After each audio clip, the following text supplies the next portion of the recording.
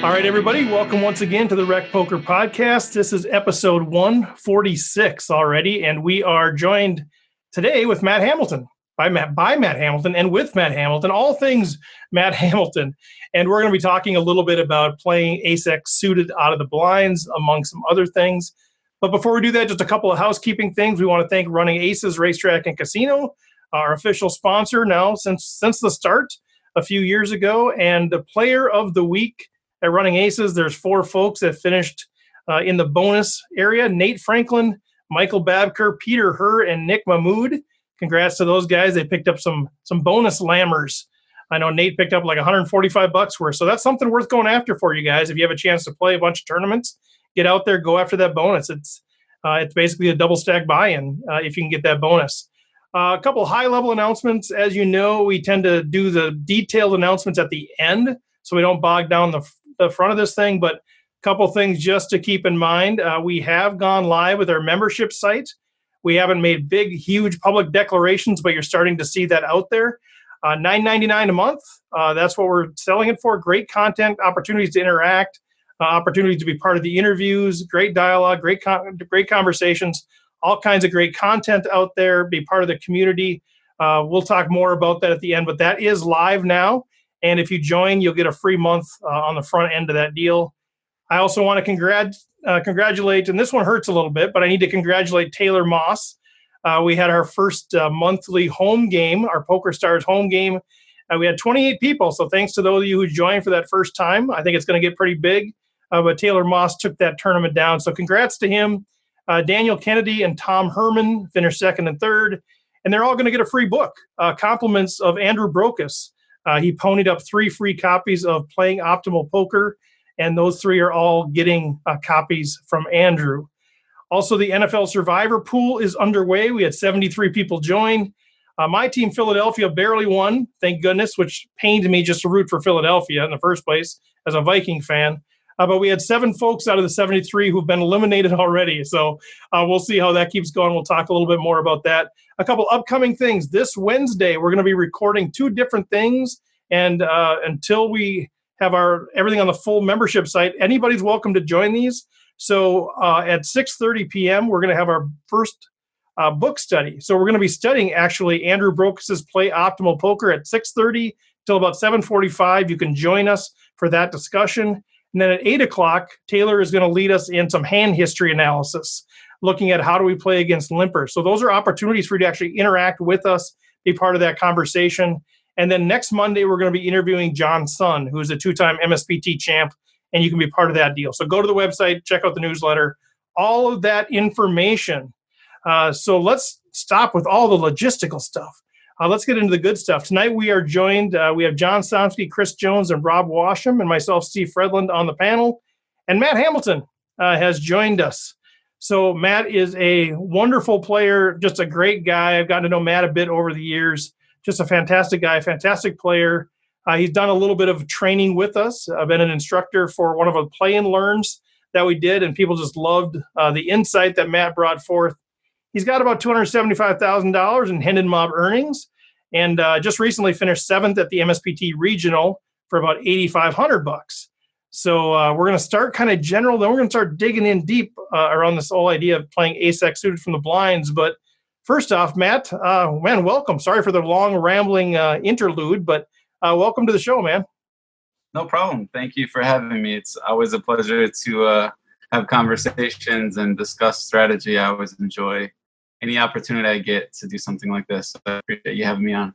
Well, whenever we can pick your brain, and just a real personal thing, Matt was with us out in Vegas for a couple of years ago, and I was just struggling, man. I was kind of lost. I was talking to Matt because I was just kind of lost during the week, like, what's going on? I just feel like I'm totally confused on some things. And, we had a great conversation. You kind of resettled my brain a little bit. And I give that, honestly, a lot of credit. A couple of days later, I ended up binking one of the daily deep stacks, the 10 o'clock one. And I really, it was part of that conversation. And it wasn't, part of it was the strategy. Part of it was just sort of how you have this calming influence. And like, okay, let's just look at this logically. And that was super helpful. So thank you for that again. It kind of saved my Vegas trip that year. Oh, I'm glad. I'm happy to have helped out in that regard. Sorry, I didn't give you any of it. All right. Well, let's touch base. Let's just start kind of high level or wherever you want to start. But just what do you kind of just think of? What comes to mind right away when you first are kind of poised with this question of, how do we play those small suited aces out of the blinds? The ace three of diamonds, the ace four of clubs. What do you kind of go to right away when you start thinking about those sort of situations? Well, the first thing that comes to mind, I would say two things is if I'm facing a raise, I'm noting what position the raise is from, who my opponent is, if I know this opponent, and then also my stack depth, I think are some of the main considerations. Like someone raising under the gun who I've been playing with for hours, who feels, fairly conservative, is going to have a much tighter range than someone opening from the button, who's a bigger stack, who's, opening a standard button range. Those ranges are going to be vastly different. And also, I would say my strategy from the small blind and the big blind vary quite a bit. Playing from the big blind, your pot odds are so much greater than playing from the small blind. So I'm incentivized, in my opinion, to call a lot more with suited aces from the big blind, whereas the small blind, you're not getting as good of a price to call a raise and see flops. So I'm more incentivized to either 3-bet or fold from the small blind. Is kind of the approach that I take. But yeah, in just talking general strategy, I think position is huge. Like if I'm facing a raise, where's my opponent seated relative to me? Because that should, in theory, affect their opening range quite a bit. And then what is the stack depth of my opponent? What are their tendencies? Are they loose? Are they tight?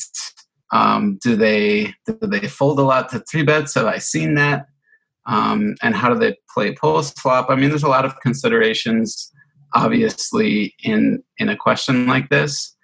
But I think some of the main ones are that the position and chip stack depth and how tight or loose my opponent is. So, if you think about those three things, so position of your opponent, the opponent characteristics themselves, and then stack depth, as I look at it, so the position that they're raising from and the type of player that they are, those are clearly things that are going to inform what I think their range is. Mm-hmm. Now, when you start talking about stack depth, are you using stack depth to help formulate what you think their range is? Or is that more thinking about, what potential fold equity do I have? Or how big could this pot get? Or do they have me covered? Like, how does that factor into the decision? I mean, when I talk about stack depth, I'm mainly focusing on my own. Because I think in general, people, unless they're short stack, like say, 0 to 15, I'll consider short stack like 0 to 15 big blinds. I think they're like, a lot of people are either min raising or shoving those stacks. And so when it comes to like decisions from the small blind or big blind in that spot, I'm going to be fairly tight from the small blind, facing either a min raise or a shove from a short stack because of the fact that there's not a lot of post flop play. Like there's not going to be a lot happening post flop. So if I have a small suited ace, I'm looking to, especially from the small blinds, I'm looking to try to steal that pot a lot because I've blocked some good hands and I don't have great odds just to come along to see a flop. But if it's a short stack opening up in early position, their range should be very tight. So that's going to have a big impact. If it's a big stack and they're loose and they're splashing chips around, that definitely affects how I view their play style and their range. But when it comes to my own chip stack depth, if I have that range of like 0 to 15 big blinds, especially from the small blind, I'm going to be either looking to fold or shove. From the big blind, I think I can get away with calling some raises, even with like a, 12 to 15 big blind stack and looking at post flop, but mostly with a short stack, I'm just going to be looking to shove or fold. That kind of varies depending on my opponent and how I feel they play post flop. If they're a better player and they're aggressive post flop, I'm going to be looking to just shove or fold those hands pre flop, because I don't want to play out of position against a good player and just have to fold a lot of my equity. And I think with medium stacks, like let's say like 15 to 30 big blinds, I'm going to be looking to play somewhat tight out of the blinds, because I don't have a lot of wiggle room. I don't have, when I think about a big stack playing from the blinds, having that maneuverability to continue post flop, to make some creative plays, to see turns and rivers, and to have the chips to do that makes a big impact on how I'm, on those spots pre-flop. So I would say in general with shorter chip stacks, I'm looking to be in a mindset of either folding, conserving my chips, maybe calling a small raise pre-flop, or just shoving and getting the chips in. And then with larger stacks, I'm more comfortable seeing flops because I know I'm not going to be pressured as much, and I'm going to be able to see turns and rivers because of the stack depth that I have. And so how much do you consider like your opponent's or your skill edge in those spots like that? Let's say you have enough blinds, whatever that is, 40, 50, 60 or more, where you feel like you have maneuverability and you're facing a middle position raise, and you're thinking, okay, this is kind of actually pretty good spot here for me just to flat and to kind of use my post flop skill advantage. Do you make that decision though? I mean, is that just sort of like, well, this is the spot, I flat with ace-4 diamonds here, that's just what I do in general? Or are you at that point sort of sizing up your opponent that you're going to be up against? Like, okay, is it Steve Fredland or is it Ku Vang? I mean, are you thinking those sorts of things to decide if you're going to call or if you're going to fold or if you're going to 3-bet, or how does that factor in, assuming that the same size applies, same stack size applies and everything? Sure. I think my strategy, especially pre-flop, is fairly it doesn't vary a whole lot based on my opponent. I would say from the big blinds, like I said, I think my small blind and big blind strategy vary quite a bit. So if we're just specifically talking about being in the big blind, I would say that I'm looking to call a lot of my suited aces and just see flops.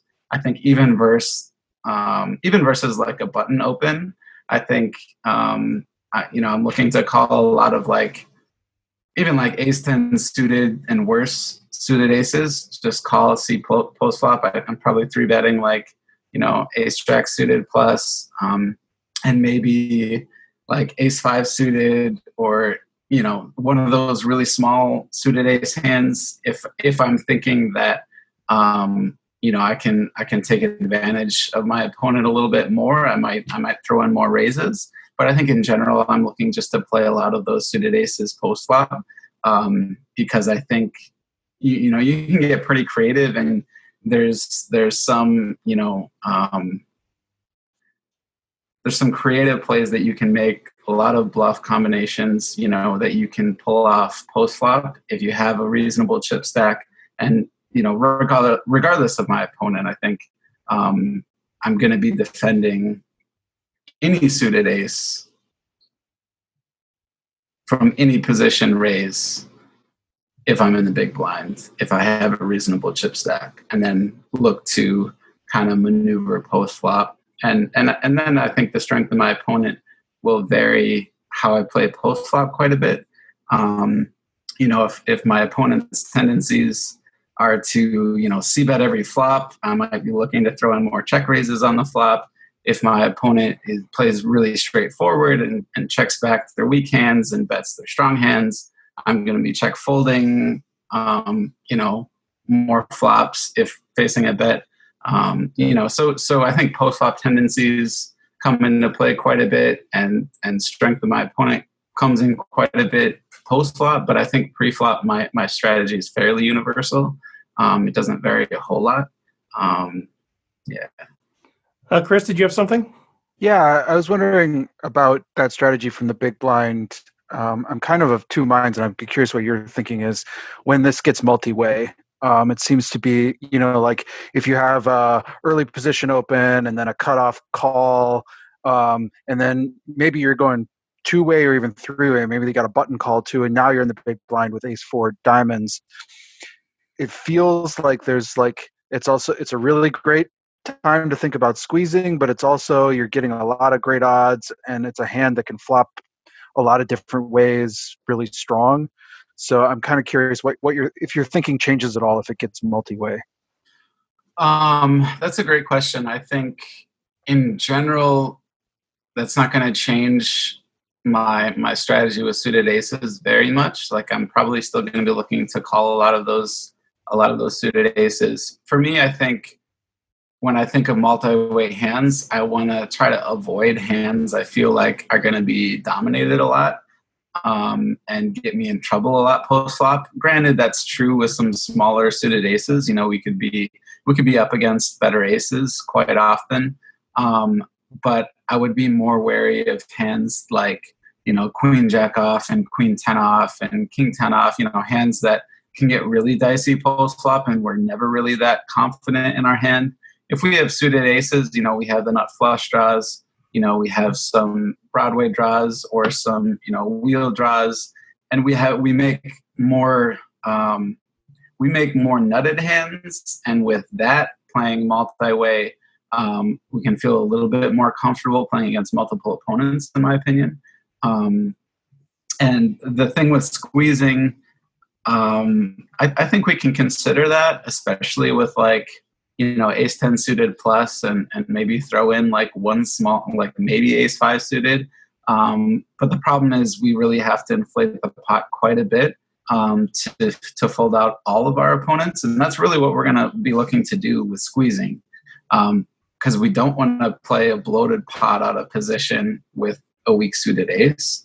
So if we want to take that pre-flop, I think we can consider that if we feel our opponent's kind of messing around the original raiser, if we think his range is wide and we think the people behind him that just flatted, if that's all fairly straightforward in our heads, I think we can squeeze more. But I would in general be a little bit wary of trying that because of the fact that it's so hard to get everyone to fold and to play post flop when they do call. And we just bloated the pot and we're out of position, that can become a nightmare pretty quickly. So I think in general in multi-way pots, I kind of keep my strategy the same and probably tighten up. I actually probably have a tighter raising range, 3-betting range when it's multi-way than I do when it's just heads up, simply because I'm more concerned of playing out of position. Yeah, if that answers your question. Rob, did you have something?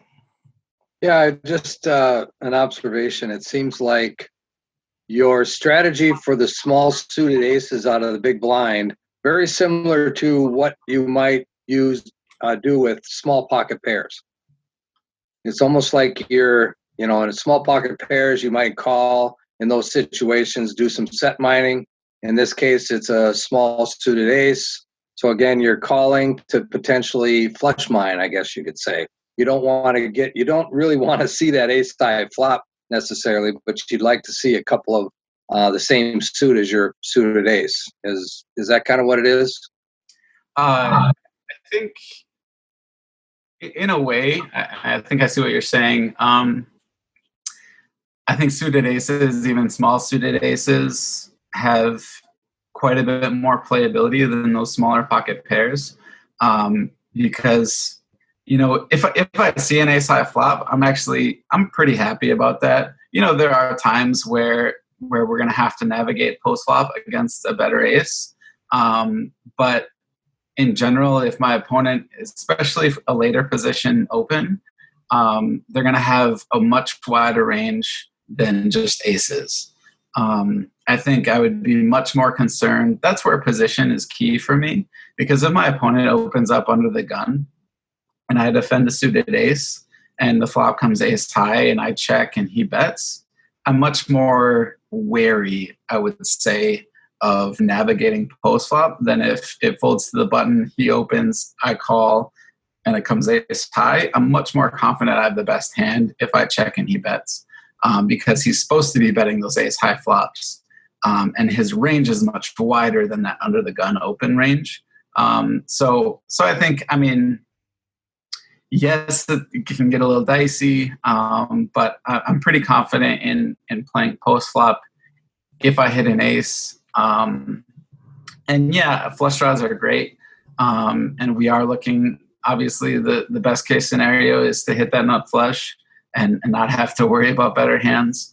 And we are going to be playing post flop in some dicey spots, but I think,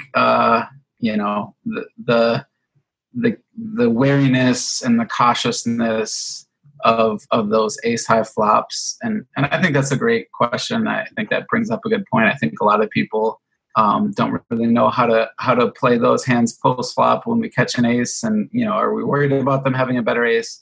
I think position of the pre-flop raiser is something to really keep in mind in regards to that, and just keep in mind that if we're facing an under the gun early position raise against a fairly standard opponent or a slightly tighter opponent, give them a lot more credit to have that ace than a button open or cutoff open who should have a much wider range and will be looking to bet those ace high flops. So in general, you're saying, I like when you said that they're supposed to be betting those ace high flops. And I think that's one of the things that comes into at least my mind, and I think a lot of recreational players is, okay, yeah, we call with the small ace, we hit the ace, we check, they bet, and now I'm just completely uncomfortable. I suppose I have to call once to see what happens, and then they're going to barrel again on the turn because they sense my weakness, and then I'm going to fold. And now I've just lost 10 big blinds when I could have just folded pre-flop. I'm just like, these are the things that sort of go through our minds. And so, maybe you can address that, but also just even address this notion of, if I don't have the experience, or if I'm not as comfortable playing post flop as clearly you are, and some of the people that have much more experience are, should that lead me more toward folding these small suited aces out of the blinds, or should it lead me more toward 3-betting and trying to pick up pots pre-flop, or should I just be learning how to play these? I mean, that's part of building the experience. So kind of both of those spots, maybe it's a long loaded question, but part of it is, if I'm less comfortable post flop, should that change my strategy? And then what about when I do hit the ace and they're continuing to show aggression? What are some strategies to counteract that? Yeah, I mean, those are some great questions. I think my initial response is, if you're uncomfortable playing post flop out of position, I would be looking to tighten my range a little bit. Perhaps if I'm in the small blind, fold out a lot of those weaker suited aces and just not even, especially against early position opens. Mm-hmm. I think it's a fairly good strategy out of the small blind to just raise or fold all of your range, especially if you're more uncomfortable and just have like a tighter range, and just raise or fold. And out of the big blinds, I would still encourage against the standard open, unless there's a lot of craziness happening pre-flop. I don't think I would fold any suited ace. And I probably wouldn't 3-bet a lot either, even if you are uncomfortable playing post-flop. I think to keep in mind the strength of our opponent. Like, the other thing too is if we're against a tough opponent, we really don't want to 3-bet a lot, because if they're good enough, they're probably going to be calling a lot, and we're going to see bloated flops, or bloated pots. I'm sorry, and have to play those out of position, and that feels even worse than just defending an open and navigating post flop when we hit an ace and we're not sure. So I think that's my initial reaction. Is I would be cautious about 3-betting, especially from the big blind. I think from the small blind, it's fine to be selective and just decide to to fold out or three bet. So that's kind of the way I would split the small blind and big blind strategy.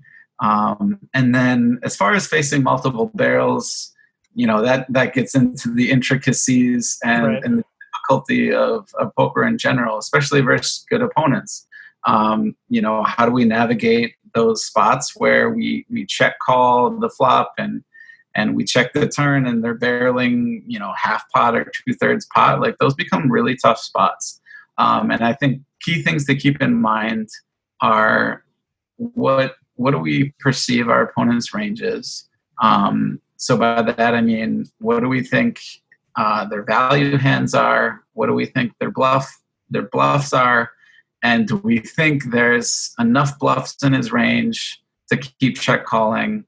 Or do we think the board, so for example, if the board is, if we face an early position open and we have ace-3 of diamonds from the big blind and we defend and the flop comes ace-10-9 with 2 hearts and we check and he bets, we're obligated to just check call. I don't think check raising makes any sense.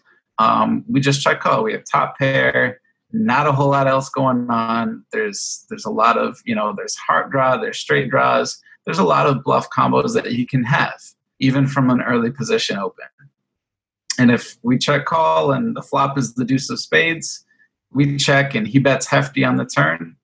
Again, I don't think we can get away from this hand if he has enough, if he's good enough to have those bluffs to keep barreling with. Whereas if the flop, on the other hand, same scenario, same opponent, flop comes ace-10 deuce rainbow, we check, he bets, we call, turn, let's say, is like a 6 or 5, some other, and it's no flush draw, no straight draw, and he barrels big on the turn. We should be a lot more concerned, especially against an early position open, about what he might have, because I think his bluff combos are a lot less, and so we should consider check folding the turn a lot more often when there's not as much, when the board is drier, there's not as many bluffs that we can find him having. And unless he's a very, very aggressive opponent and we think he's capable of barreling just with a lot of nonsense, I think we could, feel pretty comfortable check folding those types of spots. But I think it's tough, navigating those turns and rivers with just single pairs, weak kickers are really tough spots. But I think the key things to keep in mind is, A, what is my opponent like? Is he aggressive? Is he capable of bluffing? Is he capable of triple barreling? And what's the board texture like? And what do I perceive my opponent's range to have? And that's a lot of things to keep in mind. But I would say in general, look for, dry versus wet board textures.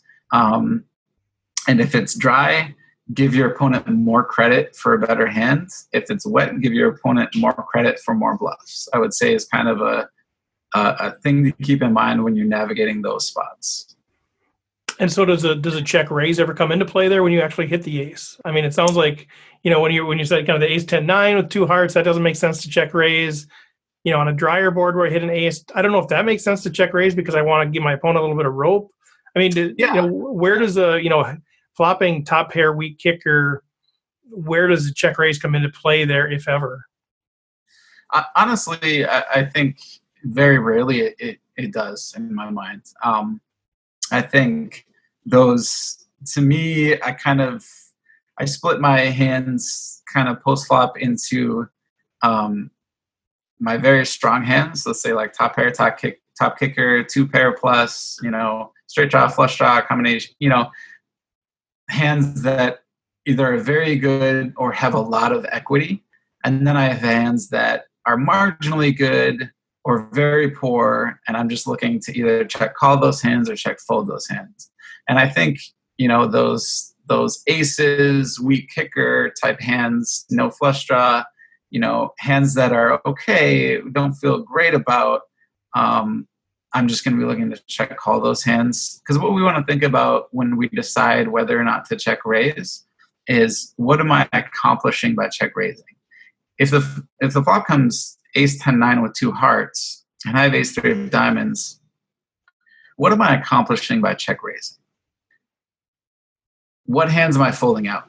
Because essentially in my mind, if I'm check raising that hand, I'm turning my hand into a bluff. I'm trying to get my opponent to fold out some better hand, which I don't think he ever would. Because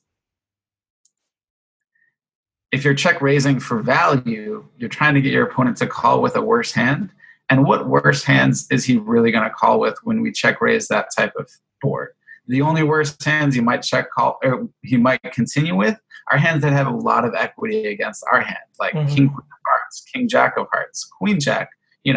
Hands that he'd be like, okay, I'm going to see a turn. But then all of a sudden, we put ourselves in a terrible spot on most turns. We just check raise the flop with an ace with a very weak kicker. That's a very marginal hand. Now we bloated the pot again.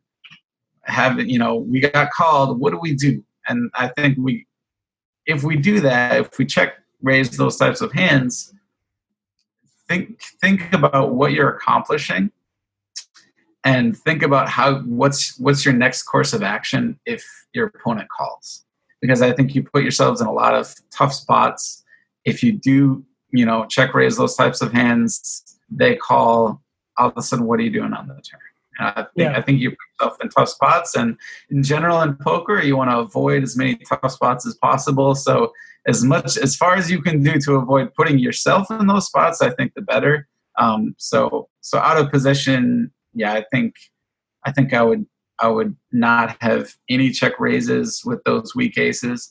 I think if it's ace 10-9 and you decided to just come along or trap with like an ace king or an ace queen suited, then you can look to check raise those types of hands, because it's a strong enough hand that you're looking to get some weaker aces and some, maybe jacks through kings to come along, hands like that where you're more comfortable, having your opponent call. And but those weaker aces, I would just play as check calls. In the rare scenario that, maybe it's a ace 10-9 with 2 diamonds and you have the ace 3 of diamonds, all of a sudden that's a much better hand. But even that, check calling to trap if you hit a diamond, can be pretty favorable too. So I think it's totally fine just to navigate those spots, and just in general think of all those types of spots as check calls and kind of marginal hands. And if you want to throw in some check raises, really think about what am I trying to accomplish by doing this? And how am I going to navigate turns and rivers if I do check raise? Yep. And I hear people that either they check raise and they explain the reason they did that is because they're afraid the opponent might have like a king jack on that ace 10-9 of hearts, and they want them to fold because they're afraid of getting outdrawn. Yeah. And I'm thinking, well, that's actually that's bad. I mean, and that's something we don't want that to fold, right? We don't want king jack offsuit to fold there. Yeah, they might hit a queen, but we want them to hit a king or a jack, right? And that's so your point is, if you're check raising, what better hands are going to get to fold? Yeah, I mean, I think it's we want to have hands. We want to have strong enough hands that we just play as check calls all the way through the hand. And I think that type of hand, ace 3 of diamonds on ace 10-9, is a perfect type of hand to do that. Okay. Because we also want to give ourselves some other hands that we can play around with in those spots. And if we just check raise with top pair, all of a sudden that skews our range. And what check calls do we have? Are we just check calling now with like jack 10 and queen 10?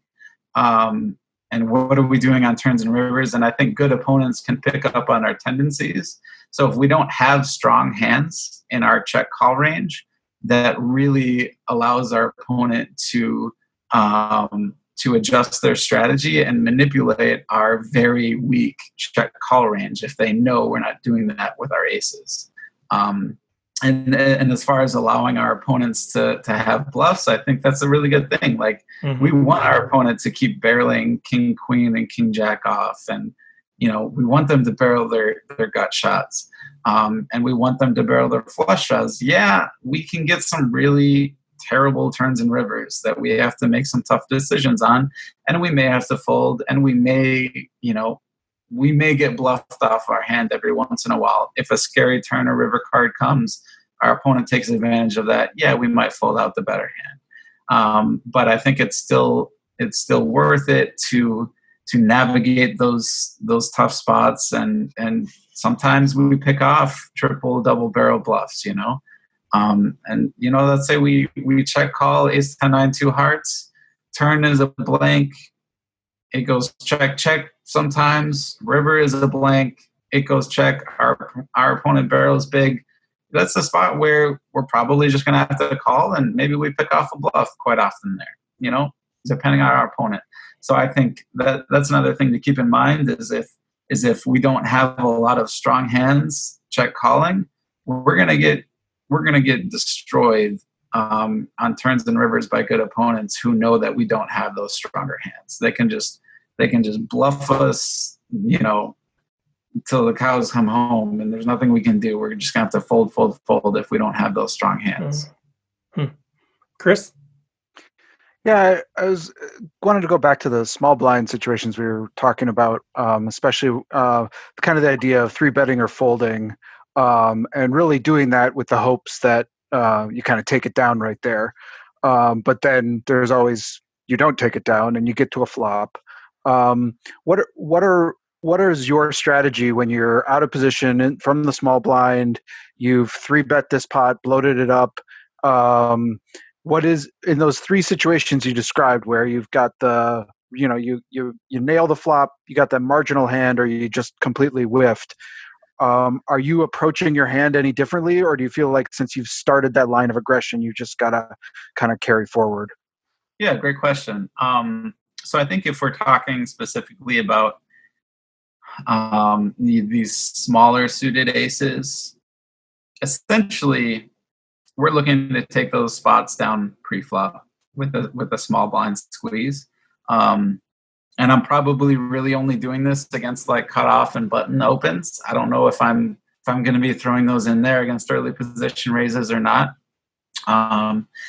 But essentially, if I'm in the position of I just squeezed from the small blind, my opponent came along, now I'm playing this post flop out of position. I don't want to get myself stuck in a mindset of I just have to keep barreling just because I raised just because I 3-bet pre-flop doesn't mean I have to continue every single post-flop board, depending on the board texture. So I think key things to keep in mind are what are favorable flops for a small blind 3-betting range. Is it coming ace high? Is it coming king high? Or is it like 8, 9, 10 with a flush draw out there? Those are hands that is very important to keep in mind. Always be keeping in mind what is my perceived range and what am I perceiving my opponent's range to be. Excuse me. And I think that's how you navigate those decisions post flop the best way possible. And I think especially as a newer player, as a player who's just kind of developing these strategies, that's a really difficult thing to keep in mind.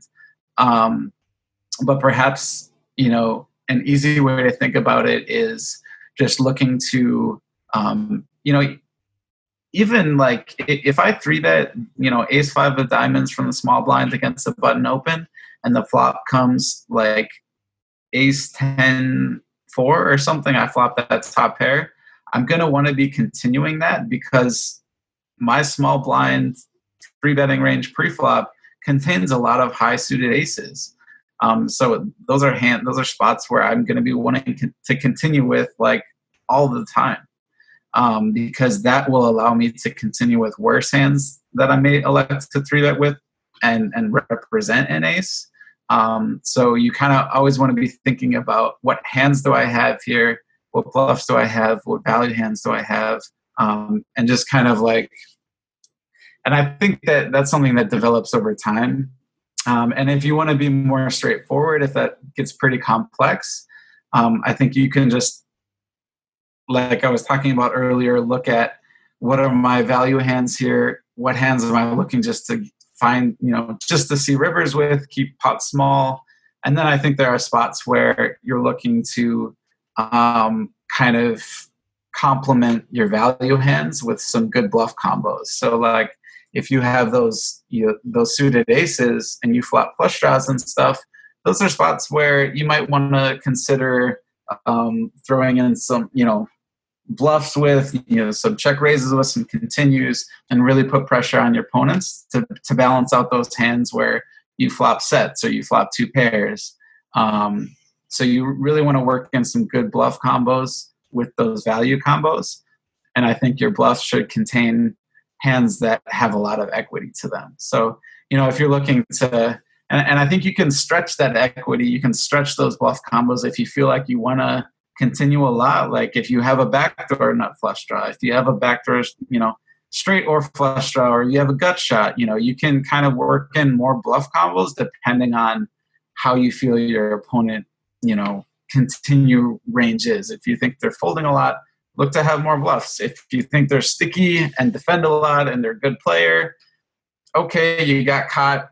You don't have to be obligated to just punt off your stack because you feel like, I think some people get in the mindset of like, I 3-bet, they defended, now I just have to barrel. Otherwise, if I just check fold this flop, all of a sudden I'm just a terrible weak player. And like, I think people get caught in that mindset, and it's almost like an ego thing in some people's minds. I think like, okay, I'm 3-bet here. I'm gonna, I gotta win this pot. I think if you get stuck in that mindset, which I think some people do, you're gonna end up punting tournaments, and your buddies are gonna ask you what happened, and you're gonna be like, I don't know, it just happened. It's just gone. I don't know what happened. So avoid those spots as much as possible. I think I elaborated quite a bit on that, but hopefully I didn't derail that question too much. Yeah, I thought it was really good. That was a really good one. Rob, did you have anything to add there? We're almost out of time. So Rob and John, if you guys have anything to ask.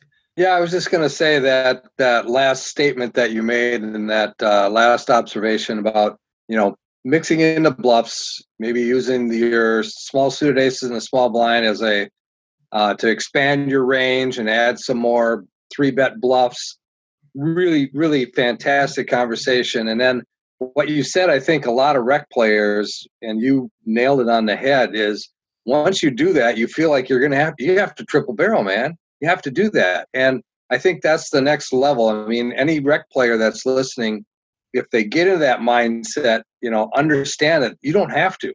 You can fold, and that's actually looks stronger to your opponent than if you triple barrel off your stack with nothing. So, I mean, if you have the will to 3-bet with a bluff and then fold out when you've got, when things turn sour, that's going to be more frightening to a good opponent than if you just triple barrel off with crap. Yeah. And I think that, that point of it's a trap that I can get into is part of why I don't like to play out of position post flop because of that, because you just know a good player, Matt sitting behind you. Okay, he's going to call me pre-flop just because he's just floating me. He knows he can steal the spot later. So I'm going to c-bet this, and he just calls me again because he wants to see what I'm going to do on the turn, right? So, if I give up, if I check the turn, he's going to bet. Then what am I going to do? Then I'm going to fold. Also you just sort of get into this trap of I just got to keep coming because I know he's just floating me. I know he doesn't have anything. He's just floating. And so we get caught into these mind games, and maybe that's your point. We're overthinking that. Sometimes people actually have it. Sometimes they are floating. Sometimes you have to fold the best hand. But yeah, I think that's a trap. It's a very easy trap for me to fall into. And so I've tended to go down the road of instead of improving my post flop play, I just play less out of position. See, for where I'm at in the game, but Yeah. but I think I can miss a lot of value by doing that as well. But that's one of those issues that I run into. Yeah. John, did you have anything before we let Matt go? I just think it's been a great conversation, and Matt answered everything so thoroughly. He didn't leave me any questions to ask.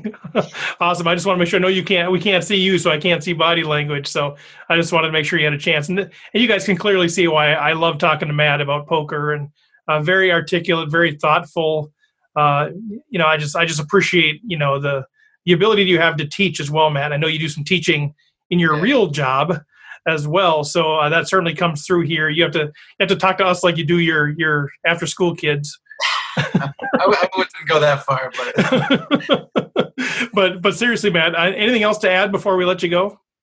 no, I just, again, like I said at the beginning, it's always a pleasure, being on and being able to talk strategy, and I really enjoy the conversation. So again, just thanks again for having me and thinking of me. It was a lot of fun. I appreciate it. All right. Thanks, Matt. Well, you can sign off. We're going to do some announcements. You're welcome to hang on if you want. Otherwise, just feel free to jump off here at any point. But thanks again, man. We'll be in touch. All right. Thank you. All right, guys. Well, just a few announcements. I mean, that was fantastic. I don't anything else to add, you guys, at all after that conversation? I thought it was just fantastic. Nothing. All right. So a few things. We'll just take a little bit more time with these announcements because I know I run through these announcements. People say you talk too fast. I'm like, well, I know, because I hate wasting time on announcements when I want to talk to Matt Hamilton, right? So, so I kind of run through those quick at the beginning, but just we'll take a breath and you guys can jump in here if you have anything. But I guess the big news is we do have our membership site up and running. We've done sort of a soft launch on that. So those of you who are in part of Discord and some of the Facebook stuff, you're aware of that. For those of you who are listening that aren't part of those communities, this might be news to you. So we have launched our membership site. We've partnered with an app called Mighty Networks, and I think they do a great job of being able to build community and provide ways to access content and those sorts of things. So our membership site is $10 a month. Of course, they make you do $9.99. Just so you know, when you see $9.99, that wasn't my idea. I'm a very anti $9.99 because my wife comes home and says, I got a shirt for $12. Well, it's $12.99, So I'm anti that, but that's sort of how they have the default setting. So it's $10 a month.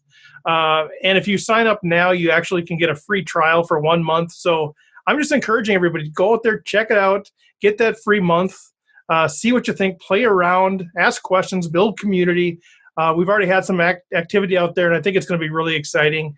We're starting to load the content out there. There's some that's already out there. I'm actually going back into our archives and some of the things that we've done before with Rec Poker where we've actually charged a fee for $10, $20, whatever they are. I'm going to load those up as well. So great content out there already. And every week we're going to be putting 2 to 3 pieces of new content out there. So check that out. The link is it's recpoker.mn.co. So that's the direct link. We'll have links to it everywhere, Facebook, Twitter, Discord. But if you want to get out there directly, recpoker.mn.co, and that'll get you there. And it's exciting. It's really fun, you guys. So check that out. I did mention, as much as it pains most of us here who are part of the show, Taylor Moss did win the 28-person home league. Chris is shaking his head. Rob, you got something to say there? No, Jack put a thing out there and asked if he could pay for the whole year at one time. Is that an option? I can look at that, Jack. I think I can set it up a couple of different ways. So that's a good question. Go ahead. A lot of places will give you a discount if you sign up for the entire year. Let me look at that. I believe I can, Jack. I'm not sure if I did set it up that way. I know I set it up as $9.99. I will look. If I can do that, we will put a discount out there for an annual payment for sure, like at least a month off or something like that. Good point. I see Tristan wants a discount to $9.98. Tristan, if you sign up to be a member, and if you send me the bill every month, I will accumulate 1 penny per month and give to you when I see you. Actually, I'll double that, Steve. I'll also give him a penny when I see him. Wow. But he has to like send the bill, proof of payment every month. Yeah. So Tristan, you could actually come up with a free membership out of this deal. Sick discount. Yeah, I know. That's a sick discount, Tristan. I know. So good. But that's a really good point, Jack. I will look at that. And if the setting is not there, I'll do what I can to make that setting available. Very good point. But yeah, hopefully you guys know that I've listened long enough. I love Taylor Moss. He's a fantastic young guy, a fantastic young player. So we're just ribbing him about being distraught that he was the champion. I don't think it surprised anybody when he won the thing. He's a great player. And actually, if Taylor's actually leading a discussion this Wednesday night at 8:00, he's going to be breaking down some hand histories. So last week, was it just last week already? So Chris Jones, who's on the show, he led us through some hand histories, looking at some videos, some ace-x suited stuff. Taylor's going to be breaking down some hands, looking at playing against limpers. And I think he's going to be looking at his database of online things and look at some hands out of there. I'm not sure. A very analytical guy. So I'm sure we'll get into some of the mathematics behind it. So Taylor's a great player. We can learn a lot from him. So I would recommend joining the conversation, 8 o'clock on Wednesday. It's right after we do the book study. So that's kind of a good segue. So we're starting the Andrew Brokus book study. If you want to be part of that deal, Playing Optimal Poker.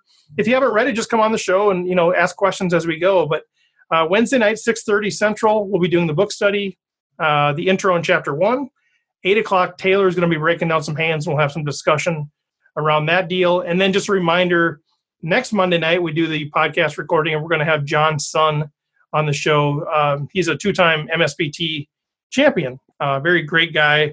I think that'll be a wonderful show as well. And you guys, as of right now, everybody's welcome to jump in there and ask questions and that sort of thing. Just looking at the comments there. Let's see. I guess just a reminder, stay plugged in. Email list is probably the best way, but if you jump onto this community, if you become a member, you'll be plugged in and you'll get notified every time new content is released. It also has the links to join all of these programs, so you can just link directly from that site as well. So hopefully all in one for you to stay communicated with there. Anything I'm missing on the chats here at all? Jack's getting a copy from Amazon. That's awesome. Jack, can you Kindle the phone? I'm not Tristan. I don't know if he's ripping on Jack there or what, but you can get Kindle. So the book is available by Kindle, PDF, physical copy, any of that kind of stuff. And Tristan, I bought mine on Kindle, and I'm up to about chapter 5 already. So awesome, very, very good book. Very good book. Okay. And Tristan is being helpful. Okay, yeah. He's just telling Jack that you can Kindle to your phone. Yep. Rob, I know you recommended the book. Cheyenne's going to be leading that discussion. He's definitely excited about this thing. And yeah, Tristan, we are going to upload this video tonight. So once we get off of here, I'll do all my editing magic and we'll get this thing uploaded tonight as well. All right. Let's see. Anything else that we missed? I know I need to thank Running Aces, who's our official sponsor. Thank them guys again. If you go in there, go talk to those guys. Talk to John, talk to Chris, talk to any of those guys. Just say thank you for sponsoring the Rec Poker podcast. Anything else, guys, that we're missing? I just wanted to add that the home game that we had on Wednesday was a lot of fun. So make sure you get signed up for it by next month. And it was kind of a blast to play with people that you kind of sort of knew, and you'll get to know everyone a little bit better over time. And it was a lot of fun. It really was a lot of fun. It was a lot of chatter. I kind of crushed John's soul early, but you recovered. I flopped 2 pair with ace 10 against his ace king. So I kind of crushed him, but of course John was resilient and came back. But that's part of the fun. Yeah, you're right. You get to know people over time. That's why we keep harping on the fact that this is an encouraging poker learning community. The idea is that we get to know each other, celebrate with each other, rip on each other, have a lot of fun. And that it really was fun. Even though Taylor won it, it was still fun. I appreciate John. John coordinated all of that. So thank you, John, for doing that. Yeah, no one was surprised Taylor won, but also nobody really liked it. Poor Taylor. I know he can take it. Yeah, no, he's such a good player. It was funny because Monday I was talking to Dan Kennedy, who he came in second or third, whatever it was. Yeah, he came in second, and I was talking to him on Monday, and I tell him, "God, you got to get in. You got to get in." And he said, "No, I don't want to do that. No." Well, then he shows up and comes in second place. So yeah, there you go. That's what I get for convincing somebody to join, right? Yeah, he told me that he worked with you, and I said, "Oh my gosh, I'm so sorry, dude. That's pretty rough." Yeah, no, that was pretty great. Yeah, it's fun to see that. And we're figuring out this whole pins, trophies, awards sort of thing. We're going to have some sort of way to acknowledge different things that you're victorious on. So just sort of a fun way to kind of, I don't know, sort of promote the brand, but also just have a little bit of fun with people that bink tournaments or win home games or win our NFL Survivor pool or whatever that might be. So we're going to have some fun with Fredland. Or bust out me. Yeah, exactly. Yeah. We got to do that for the whole core team. I think we need little faces of all of us with a little X through it that you get when you knock us out or something. Yeah, if you collect all of them, you get a bonus or something. That's actually pretty good. Yeah, exactly. Great Collect idea. all 9. It's like a bingo square. Or not a bingo square, a tic-tac-toe square or something. Yeah. Nice. So I it's like Rec Pokermon. Right. Rec Pokemon? Oh, you got to collect all 9? You got to collect them all. We're full of great ideas here. The creative juices are flowing. All right, guys. Well, anything else before we sign off? All right. Thanks, guys. We'll keep the content going, keep the discussion going. If you have any questions, anybody out there, any point in time, reach out to me, man. I always tell people, I don't know what I don't know. You got to tell me if there's any problems with anything or any encouragement, or if you have any questions, just steve@recpokertraining.com. I'm very responsive, so just reach out with any question you have, and I will get back to you and let you know. But with that, we will sign off. Thanks, guys. Thank you. But of course, I feel good about a lot of things too. I feel good about playing ace-3 suited out of the blinds too. Yeah. Well, now you do. Now that Matt's told us how to do it. Yeah. Isn't he good? And He's check raising when you hit too, right? exactly. Yeah. Yep, I've got it all figured out now. I should be 3-betting all the time versus under the gun razor. And if that doesn't work, just barrel until they just give up. That was my key takeaway from That's that. what I heard. Yeah. I think we're making good progress here. All right, guys. Well, hopefully, if you're able to, join us Wednesday. Otherwise, we'll see you when we see you. But thanks for everything. All right. Take care. Good night. Good night. Guys.